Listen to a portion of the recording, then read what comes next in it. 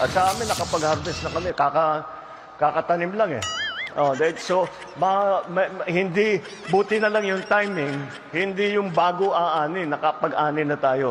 So, kung yung season na susunod, With 5,000 pesos. Okay.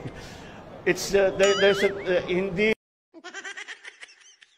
Alright, welcome back mga kabalitaan. Natawa ba kayo sa entrada ho natin mga kabalitaan? Yun po ay ang ating presidente. At yung isa ay yung nagpaplanong nagbabalako, natatakbo ng pagkapangulo sa susunod na halalan mga kabalitaan. Kayo na pong humusga niyan. Well, anyways mga kabalitaan, may ipapakita lamang ho tayo sa inyo dyan parang gulat ako dito sa Facebook ko lang to na panood at sinubukan lang ho nating ipakita sa inyo kung aware ho ba kayo sa pinanggagawa ho ng inyong First Lady. Kasi hindi ko First Lady yan Oo, ang inyong First Lady. Malamang hindi niyo rin First Lady to. So matatawa ho kayo lalo na tong isa, tingnan niyo isa. Talagang napakasipag nito ni Mr. Boy Kiyod Fernandez, mga Fernandez pala mga kabalitaan. Naglalaba ngayon ko lang. Grabe no. Pumunta pa sila sa asawa niya ba yung naka-blue or navy blue? Asawa na. Natatakpan dito si Mr. Kiyod Fernandez natatawa rito natatawa rito si si busing nila, Martin Romualdez. Okay, so papakita ho natin to mga kabalitaan pero bago pa po ang lahat, huwag niyo pong kalimutan, saglit lang kaya nawala ako. Okay, hop. Alright, nandito na pala. Okay, huwag niyo pong kalimutan, mag-subscribe na ho kayo para lagi ho tayong updated sa lahat ng mga kaganapan sa ating lipunan, minuto, oras, araw-araw at magpakailanman. And then, like, comment, and share po kung magugustuhan nyo po itong video presentation natin dito ho sa Danagan Balita Reaction Video News Update. At heto na po, sisimulan na ho natin kunting lang to, kunting tawag nito, patalastas. Pero dito muna tayo kay Mr. Boy Kiyod mga kabalitaan. Ayun, tignan ho natin si Mr. Boy Kiyod, no? Parang natawa na rin ako Tingnan, napaka pala, marunong pala itong maglaba at kasi sa mga probinsya kasi mga kabalitaan, gamit yung ang tawag, bomba tawag sa amin bomba, yung gaganunin mo yung tubig. Diba? Bomba yun. Tapos tubig yung parang may siya. Ano ba tawag nun? Hindi ko alam yan.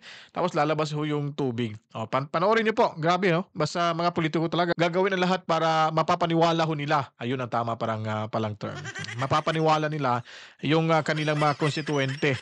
Ewan ko kung kailan to. Hindi ko alam kung kailan to pinost sa Facebook. Pero baka matagal na o ngayon lang. Kasi medyo chubby na yung babae. Nakikita ko to lagi itong babae. Baka asawa niya to. Play na ho natin mga kabalitaan. Ayun, wow, ang galing ni Boy Kiyod. Talagang kumikiyod pala to sana yung kumiyod si Boy. Sana yung si Boy Kiyod ang galing. Yun, parang asawa niya yata yan yun pag, sus, ano ba yan? Hindi naman ganyan yung paglalaban ng pantalon. Para lang ipakita sa tao na marunong maglaba, pero pagkatapos yan, napupuno na yan ng alcohol yung kamay nito mga kabalitaan. Pagpasok ng sasakyan nila.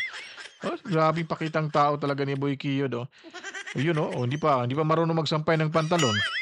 Kuno nilalaban niya pero dinudumihan lang pala. Tingnan mo. Yun ulit-ulitin ho natin to, parang gusto ko tong panoorin Wow, ang galing talaga ni Mr. Boy Kiyod. Napapakiyod siya dito mga kaulitan Ayun hindi pa marunong magpiga ng pantalon yung asawa. Siyempre, may pera Kaya pinapakita lang ho nila na hindi ho sila nadudumihan. Hindi sila nayayak-yakikan. Talaga to si Boy Kiyod, napaka-plastic yung pagmumukha nito. Tingnan mo. Sus, tapos sabay tapon yun sa may tubo. Yun di ba? Ang ganda ng pagkakasampay ng pantalon, kalalaba lang parang si PBBM na. Tingnan niyo, panoorin niyo, pakinggan niyo. At sa amin, nakapag-harvest na kami. Kakatanim lang so, hindi, buti na lang yung timing, hindi yung bago aanin, nakapag-ani na tayo. Galing. So, kung yung season na susunod, May susunod pa palang magtatanim tapos mag-aani agad. O, ano sigaw ni Mr. Romualdez kasi masaya siya ngayon? Magkano kinita niyo sa pag-harvest? With 5,000 pesos. O, lipat tayo dito. Ito yung first lady nyo. Talagang, naku, makikita mo talaga sa itsura, no? Makikita mo pala si first lady na kung ano ho yung itsura na, yun pala, yun talaga yung pang-uugali niya. No? Panoorin niyo po mga kabalitan. Tingnan nyo ha. I-explain ko muna. Ewan ko, alam ko na napanood niyo na siguro to kasi ngayon lang pumasok sa account ko eh. Tapos tinignan ko, oh, si first lady to. Biglang binitawan yung malaking tseke, yung cardboard na tseke. Ewan ko sa anong event to, hindi ko alam kung kailan. Pero ngayon lang lumabas. Tapos, bitbit ng lalaki yung cardboard na yan, ng tseke na yan, nakahawak siya sa dulo, yung mukha nakasimangot. Talagang gusto niyang bitawan. Binitawan niya saglit, tapos sinalo niya ulit, hanggang binitawan niya na, tapos nakasimangot. Napaka-plastiko talaga itong first lady ho natin. Ha?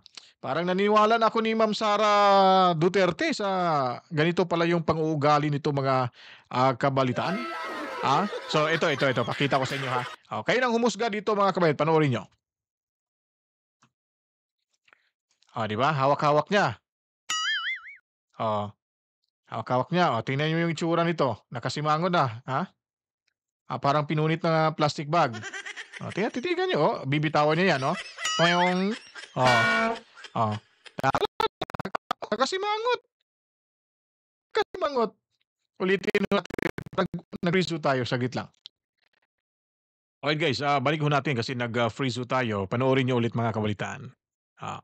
Ito iba na to eh. Yun o, tingnan mo. Ito, angle to. Ito yata yung ibang angulo eh. Pumapalak pa. Ulitin natin dito kasi hindi natin naputol to bigla. Tingnan nyo po ha. Bibitawan niya yan. Bibitawan niya na. Op. Tingnan nyo yung mukha. Nakasimangot si Inday. Nakasimangot si Inday. Tinignan niya ha. Hindi niya na. Pasimpleng hawak siya. Kasi napahiya siya dyan eh. Madami kasi na-televise siguro to sa PTV or ano ba yun? RTVM. Yung mukha na kasi plastikan talaga. At mamaya kausap ni BBM dyan yung mga bisita nila. Ang tagal na nakipag-usap si BBM. At hawak-hawak niya yung malaking cheke dyan. Tapos sinundot siya dyan eh. Bigla siya sinundot. Napatingin si PBBM. PBBM. PBBM pala. Ako PBA yung nasa isipan ko eh. Napatingin siya kay misis niya. Parang gulat siya eh. Totoo pala sinasabi ni Glenn Chong na under Disaya pala tong si PBM. PBBM. Okay. Hindi ko sanay tumawag ng PBBM. BBM lang. BBM. Sinundot niya. Ulit-ulitin na to na sinundot siya. Tingnan nyo. Isusundot niyan. Ang tagal mo kasi eh. Pak, napatingin siya. Bakit kaya? Ulitin natin para maganda to. What? Alright. Ang tagal mo. Tingnan mo ka nakasimangot.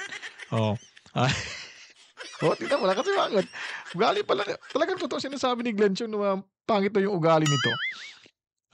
Yeah. Pasimple pa siya. Pero tingnan niyo yung mukha mo. Titigan niyo yung mukha.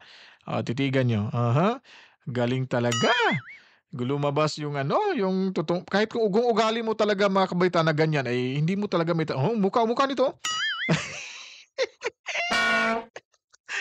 Kasi mangot. Pagka ugali mo talagang ganyan, ay hindi mo maitatago yan sa lente ng camera. Lalabas at lalabas ho talaga yan, ha? Titigan niyo maigi, titigan niyo. Ulit, saglit lang ha, saglit. Ulitin ho natin. Susundutin niya yan si sino ba yun?